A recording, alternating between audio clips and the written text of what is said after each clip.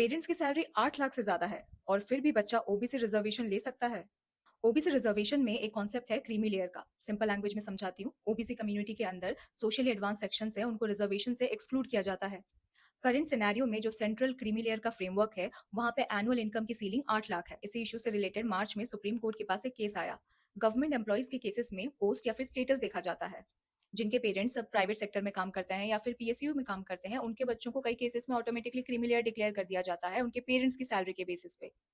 इसी बात को लेके सुप्रीम कोर्ट ने बोला ये तो अनइक्वल ट्रीटमेंट है। अगर पेरेंट पीएसयू या फिर प्राइवेट कंपनी एम्प्लॉय है, उनके सैलरी के बेसिस पे बच्चों को क्रीमी लेयर नहीं बोला जा सकता। सेंटर अब सुप्रीम कोर्ट के पास गया। गवर्नमेंट ने बोला कि हमें नए प्रॉपर क्राइटेरिया को फ्रेम करने के लिए 2 साल लगेंगे। गवर्नमेंट ने ये भी बोला कि सबसे बड़ी प्रॉब्लम रेट्रोस्पेक्टिव इम्प्लीमेंटेशन है। अगर नए क्राइटेरिया को हम पुराने केसेस पे लगाएंगे तो बहुत बड़ी प्रॉब्लम खड़ी हो जाएगी, क्योंकि 2016 से अराउंड 100 सिविल सर्विस कैंडिडेट्स ऐसे हैं जिनके ओबीसी के क्लेम को क्रीमी लेयर के ग्राउंड पे रिजेक्ट कर दिया गया है।